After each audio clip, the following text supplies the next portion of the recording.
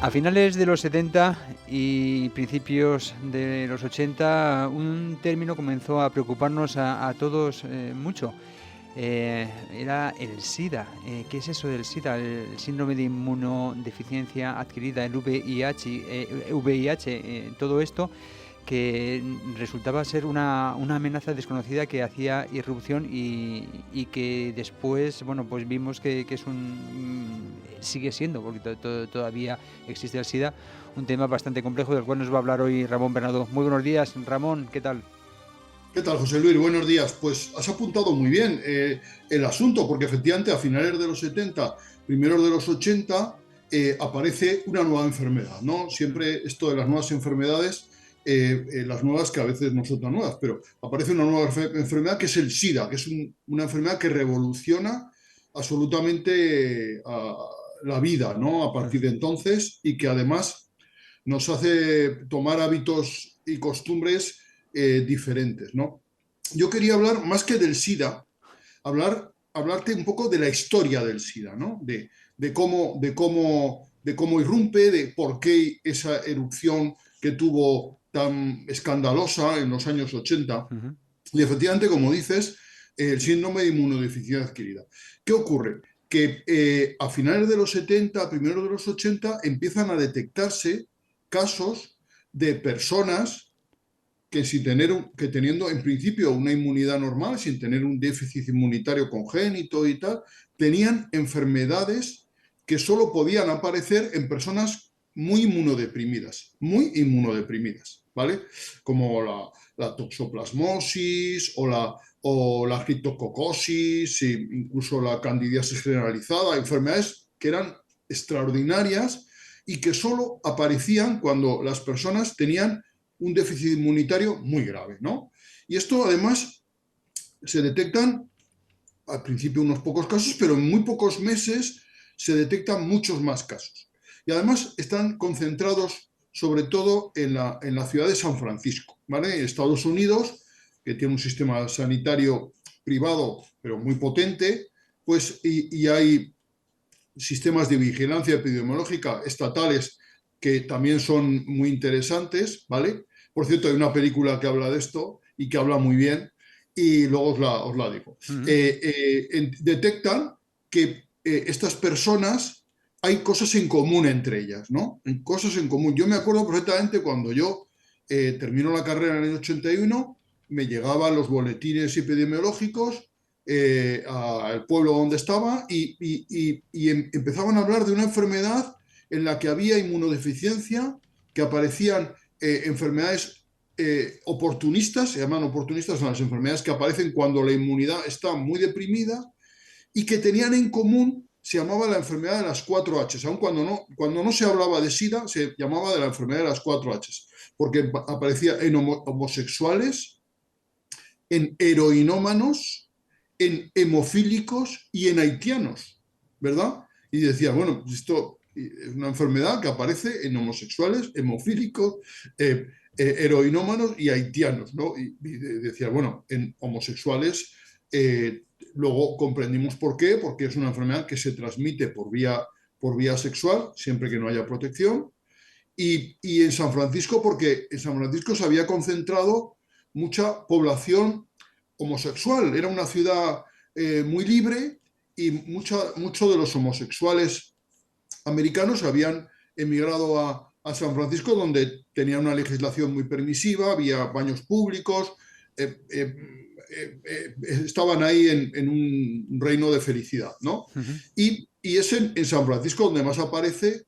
Luego, heroinómanos, ¿no? Luego comprendimos que tenía su lógica, porque la heroína es una droga en la que se comparten jeringuillas, ¿no? Que eso no ocurre normalmente en otras drogas. El hachís se fuma, no hay peligro de transmisión, o la cocaína se esnifa, pero la heroína se pincha en muchas ocasiones, aunque también se puede fumar, pero se pincha y se comparten jeringuillas. Esa costumbre muy Uh-huh. marginal, ¿no? De compartir jeringuillas, ¿no? Y hemofílicos, y bueno, y los hemofílicos, ¿por qué? Porque los hemofílicos tenían que recibir periódicamente transfusiones de factores de coagulación. Sabes que los hemofílicos es una enfermedad en la que falta o está muy disminuido alguno de los factores de coagulación, generalmente el 8 y el 9, y entonces reciben de vez en cuando inyecciones de estos elementos que tienen origen de la transfusión que dona un donante, de ahí se van extrayendo, de muchos donantes se extraen los factores de coagulación para inyectárselos a los hemofílicos y evitar que tengas hemorragias, ¿vale? Y haitianos, pero bueno, y los pobres haitianos, ¿por qué? ¿Verdad? ¿Por qué los haitianos? Bueno, y ahora te explico. Porque la comunidad gay norteamericana, en general, iban de vacaciones a Haití con mucha frecuencia. Y era un sitio, diríamos, de reunión de homosexuales donde se entablaban relaciones sexuales pues, con otros homosexuales norteamericanos, pero también con homosexuales haitianos. Y por eso la H de haitianos, ¿no? Y entonces, ¿qué había de común en estas personas que tenían todos una inmunodeficiencia adquirida que les provocaba tener infecciones gravísimas, oportunistas y que eran muy difíciles de tratar y que muchas veces les causaban la muerte por neumonía, por toxoplasmosis cerebral, por lo que fuera? ¿Por qué? Pues les unía el vínculo de las relaciones homosexuales y la sangre. Los homosexuales por las relaciones, los haitianos por lo mismo, y los hemofílicos y los heroinómanos, al fin y al cabo, compartían sangre, ¿vale? Los hemofílicos, además, con mucho riesgo, porque para conseguir los factores de coagulación en cantidad suficiente para un hemofílico, pues hacían falta cientos de donantes y extraer el factor de coagulación de esa sangre que se había donado, ¿vale? Hasta entonces se pensaba además que la sangre era estéril por definición, ¿vale? Que la sangre no contenía ningún elemento contaminante, entonces simplemente había que conservarla, no había que hacer ningún tratamiento con ella ni seleccionar a los donantes. De hecho, era frecuente en España, no era raro, que se fuera a las cárceles a solicitar donación de sangre. Y en Estados Unidos, que se paga por todo, no era raro que en las cárceles se pagara por la donación de sangre, ¿vale? Y en los barrios periféricos, en los barrios marginales, se pagaba para que hubiera donantes que a lo mejor eran heroinómanos, que donaban sangre para comprarse su dosis. O sea, que fíjate tú qué paradoja. Claro, eso es una bomba de relojería, eso está claro. Claro, entonces, pues ya ves cómo la epidemiología, esto quiero destacarlo, o sea, la labor del epidemiólogo es encontrar, en este caso, qué cosas en común tienen personas que tienen un cuadro clínico similar, que también tardó en identificarse, porque que alguien tenga una toxoplasmosis cerebral es rarísimo, porque el toxoplasma no llega al cerebro, salvo que tengas una inmunidad muy deficitaria o que tengas una neumonía por un germen extrañísimo, ¿no? Y tal, pues eso tampoco ocurre habitualmente. Entonces, relacionaron el déficit inmunitario a las enfermedades raras y hicieron investigación epidemiológica, ¿no?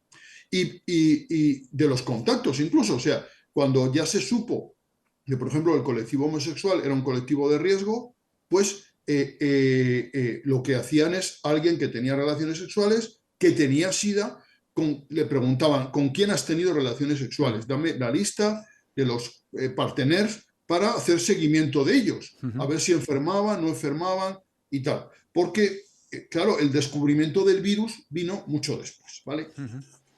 Entonces, dime. No, que supongo bueno, sí, supongo, no recuerdo, que yo era muy pequeñajo, pero que sí, que era una incertidumbre total la que sufrían los investigadores por esta misteriosa enfermedad en las cuales se comenzaron a establecer estos vínculos que has descrito, pero que durante mucho tiempo tampoco se sabía, ¿no?, exactamente cuál era a su vez la relación que tenían estos vínculos. Pero bueno, continúa, porque es súper interesante todo esto que estamos sabiendo de un tema que es relativamente reciente y del que, claro, como ha sido tan sumamente mediático, pensábamos que sabíamos mucho más. Sí, por favor, continúa. Sí, es curioso porque a veces el relato diario, es decir, los árboles te impiden ver el bosque, ¿no? Exacto. El relato diario no te deja ver de verdad la perspectiva de la cuestión. Entonces, bueno, pues entonces empiezan ya en Francia fueron los que descubrieron el virus. Pero bueno, eso en Estados Unidos también, aunque al final hubo un acuerdo para decir que los dos lo habían descubierto al mismo tiempo, pero en realidad fue Francia el país que descubrió el virus. Entonces intentan identificar, primero, estas personas todas tienen un déficit inmunitario tremendo, pero de la inmunidad celular. Hay dos tipos de inmunidades, la inmunidad humoral, la de los anticuerpos, que todos conocemos, y la celular, que está basada en células que atacan a las bacterias, a los hongos, a los virus que nos pueden dañar. De hecho, estas personas que tenían el SIDA, que luego se le llamó así, tenían muchos anticuerpos, pero una inmunidad celular deficitaria. O sea, que no era un déficit de inmunidad general, sino inmunidad celular, ¿vale? Que eso depende de los linfocitos T, de unos linfocitos especiales, los linfocitos T.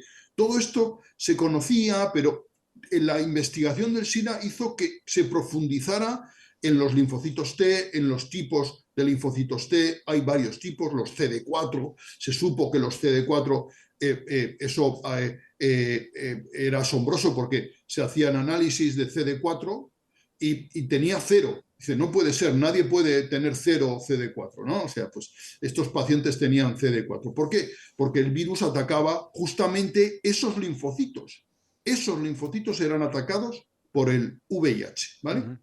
Entonces, bueno, ya se descubre el VIH, se aísla el VIH, los franceses son los que lo hacen, y ya se investigan que se crean anticuerpos, pero que esos anticuerpos no son eficaces contra el virus, que atenta a la inmunidad celular. Todo esto en la década de los 80, en una efervescencia de investigación, ¿no? Y decimos, bueno, ¿y de dónde viene esta infección? ¿Vale? ¿Dónde está? ¿Quién ha sido la madre del cordero, ¿no? El paciente cero, que se denomina ahora. El paciente cero, ¿no? El paciente cero posiblemente proviene del siglo XIX, fíjate tú, o de principios del XX, ¿vale? En tribus africanas de Centroáfrica se considera el mono verde africano, que tengo aquí atrás, aquí atrás, el mono verde africano, se considera un animal sagrado. Y entonces, este animal se hacían a veces, capturaban estos animales, y la sangre del animal era transfundida en pequeñísimas cantidades a personas, en actos rituales, ¿no? Y parece ser que ese es porque el mono verde africano es el reservorio natural del VIH, ¿vale? Vale. Que sería el VIS, el virus de la inmunodeficiencia simia, ¿no? ¿Verdad? El VIS, ¿vale? Y de esta manera, hace décadas, a lo mejor incluso más de un siglo, pudo pasar a la especie humana, ¿no? Y de ahí se fue transmitiendo, fue extendiéndose. Claro, fijaros la diferencia. Que en África muera alguien de unas fiebres desconocidas, pues es normal y nadie va a investigarlo, ¿verdad? Porque sencillamente el nivel de vida es tan bajo, y más en el siglo XX, que nadie iba a preocuparse de que uno muriera de unas fiebres desconocidas, ¿no? Incluso siendo una persona joven, ¿vale? Claro, el problema es cuando esa persona ya está en Europa o en Estados Unidos y muere, y entonces sí que se investiga. Me explico. Entonces, posiblemente en África podríamos considerar que era endémico, o sea, que había de muchos años casos de SIDA que no eran diagnosticados, que simplemente pues, tenían unas fiebres, moría, neumonía, o se deterioraba, ¿vale? Gravemente el paciente, y moría y arreglado. Y nadie tampoco investigó nada ni le dio mucha explicación, ¿vale? Eso, volvemos a Haití. Haití parece ser que tenía un comercio intenso con ciertas zonas de África, con Liberia y tal, zonas del Golfo de África, y de ahí pudo llegar la enfermedad a Haití, y de ahí pudo pasarse a homosexuales americanos, y de ahí salta a San Francisco, y de esa comunidad, que alguno también podría ser heroinómano, daos cuenta que el compartir jeringuillas, que una jeringuilla fue usada por decenas de personas, pues eso facilita la transmisión de manera brutal, ¿no? O sea que en las cárceles españolas, en un estudio que se hizo a finales de los años 70, se decía que había en prisiones como Carabanchel que una jeringuilla era usada por más de 100 personas, Oh, imagínate, tremendo, de manera clandestina, por tremendo. supuesto, pero no había programas de intercambio de jeringuillas, no había nada de ese tipo de cosas, Sí, sí. ni siquiera programas de drogas, de metadona y tal, que de eso también podríamos hablar porque es muy interesante Ujú. el asunto. Entonces, vamos ya componiendo, diríamos, el puzzle, ¿no? Sí, sí, sí. Entonces, tenemos un virus que procede de África, posiblemente, bueno, posiblemente no, del mono verde africano, un virus que ya tenemos aislado, que los franceses y los americanos han conseguido aislar, que le damos el nombre de VIH, virus de la inmunodeficiencia humana, HIV primero en inglés. Ujú. Curioso porque los nombres en inglés llegaron antes el AIDS, el HIV, y Ujú. luego ya le llamamos SIDA, los castellanizamos y lo llamamos VIH, ¿verdad? Que me parece muy bien. Y tenemos estos colectivos, ¿no? Y de pronto nos encontramos qué hacer para detener, y además descubrimos que el mecanismo, el periodo de incubación del SIDA es larguísimo, de 8 o 10 años. O sea, desde que uno se infecta hasta que tiene los primeros síntomas, pasan una década. Y durante ese tiempo, el paciente sigue pudiendo, ¿no? Sigue pudiendo, transmite la enfermedad. Sí. Explico, la puede transmitir perfectamente, ¿vale? Que cuando está más enfermo, cuando tiene más carga viral, más virus en sangre, menos CD4, la transmite mucho más, pero desde el principio ya es transmisor. Ujú. Se descubre además que es más transmisor cuando las relaciones homosexuales implican algo de hemorragia, algo de sangre, ¿no? Las relaciones sexuales entre homosexuales son más físicas, por decirlo de alguna manera, más sangrientas que las eh, heterosexuales. Ujú. Y descubrimos también que por eso los hombres son más afectados que las mujeres en esto del VIH, ¿vale? Porque las relaciones homosexuales entre mujeres, las relaciones lésbicas, no hay transmisión de VIH, salvo con todas las excepciones que compartan juguetes sexuales y que haya hemorragia, y, bueno, cosas Ujú. que Sí, son muy complejas y sí. que no suceden en la práctica, ¿vale? Entonces, por eso el SIDA era más una enfermedad de hombres, otra H más a la que añadir a las Ujú. 4 que decíamos antes, ¿verdad? Más que Ujú. de mujeres. Y además, siempre ocurría que el hombre era el que la transmitía a la mujer Ujú. y no al revés. Es muy difícil que la mujer transmita el VIH, el SIDA, a través de relaciones sexuales de mujer a hombre, ¿verdad? Ujú. Era más fácil de hombre a mujer. Ujú. Aunque en los fluidos vaginales puede haber VIH, en el semen la concentración de VIH es muy alta. Ujú. Luego se descubre también que hay relaciones prácticas sexuales en las que no hay transmisión. No hay transmisión a través de la felatio, no hay transmisión. Sí tiene que haber relaciones sexuales con penetración para que haya transmisión, ¿vale? Ujú. Entonces, vamos aprendiendo cosas, vamos sabiendo cosas. Claro, que hay que decirle, en consecuencia, que hay que decirle a los homosexuales o a los pacientes afectados que tienen que utilizar preservativo. El preservativo, que hasta ahora era solo un elemento anticonceptivo, de pronto se convierte en un elemento higiénico fundamental.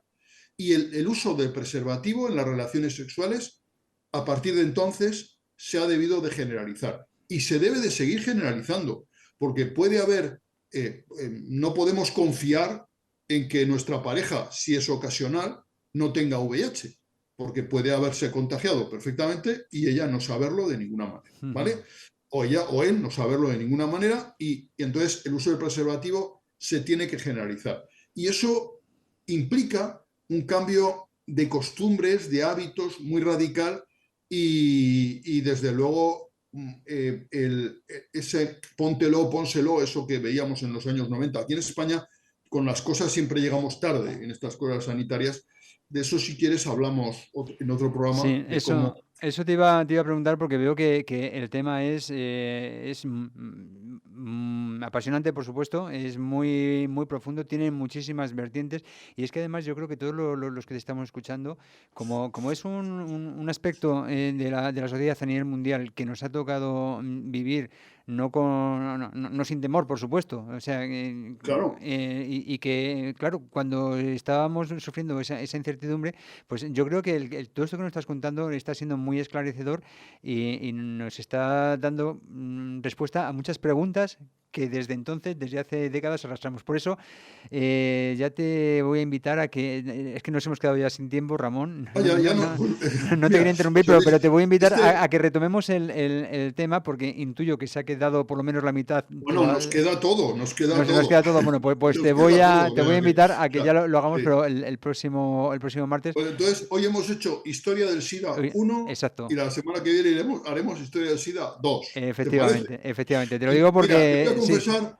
una cosa, José Luis. Mira, este tema, generalmente yo los temas pues leo un poco, Mm, me los preparo, ¿no? Un poco, aunque a veces he comprendido que para divulgar a veces no es muy bueno prepararse las cosas, sino es mejor soltar lo que uno sabe Exacto. porque comunica mejor. Este no me lo he preparado nada porque sencillamente anoche cuando lo pensaba digo, pues es que esto lo he vivido, ¿qué me voy a Claro, preparar? claro, Que si claro. yo lo viví, si es que esto lo he vivido en mis carnes Mm.